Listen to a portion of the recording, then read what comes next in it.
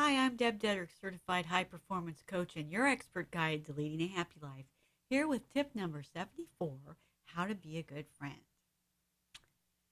Yep, that's a good topic. I see a lot of people out there that claim to be friends that really don't seem to be true friends. And so that's what today's tip is about, how to be a good friend. And let's get started. So, something one of my friends has always said to me, and it kind of gets under my nerves because I'm thinking, like, why are you saying that to me? It takes a good friend to have a good friend. And I think what he meant for me was I had to make sure that I had enough time set aside in the day to be a good friend. It's very easy to get caught up in your day to day life and neglect or overlook those important friendships that you have in your life. So I think that's what he meant by that. So, in order for you to be a good friend, you have to make sure that you are a good friend.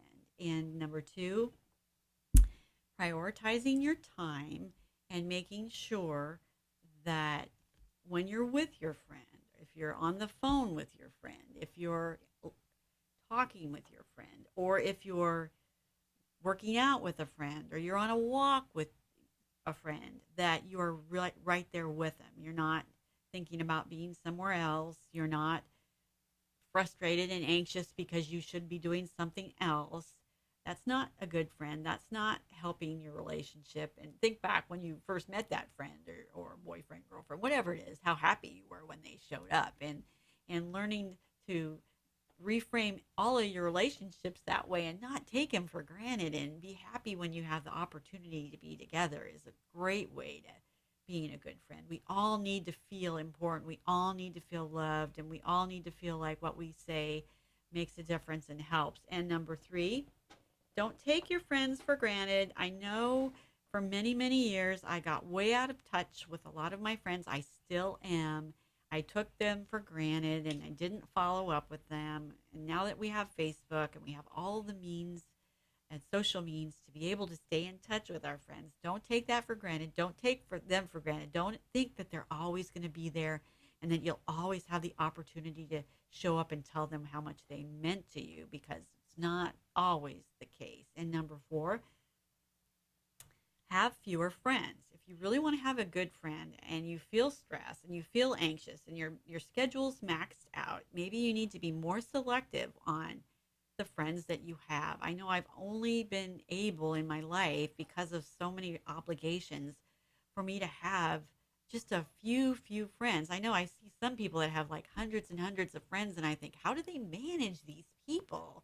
I must be missing something. So if you guys have any tips for me on how to manage lots and lots of friends and really have good quality relationships, I am open for suggestions. But for now, if you're very busy and you have a lot of irons in the fire and you have a lot of children, whatever it is, having fewer friends will give you the amount of time that you need to have those strong relationships so that you're fully there for them. And the number five, and I see this a lot, and I don't know if you're guilty of it, and I have to really be careful to have a good friend and be a good friend.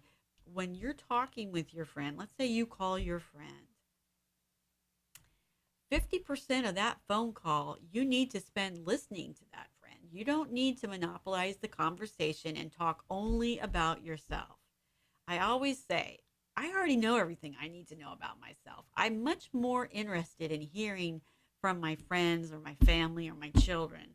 I'm much more interested in hearing what they have to say to me. And so often in our relationships, they get so one sided, and one person monopolizes all of the conversation. And that does not build good relationships. It really breeds a lot of resentment, and you don't want to answer the phone because you know they're not listening to a word you say. So why even bother to call?